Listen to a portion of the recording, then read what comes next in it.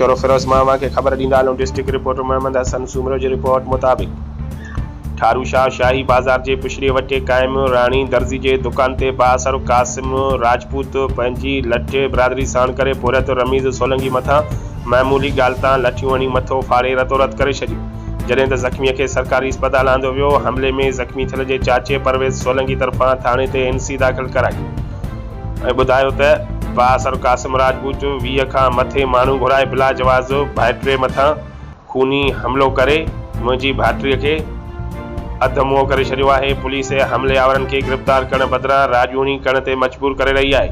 उन्हनि SSP नौशर फिरोज खां मुतालबो कंदे इंसाफ़ जी अपील कई आहे। अब छा मसलो आहे?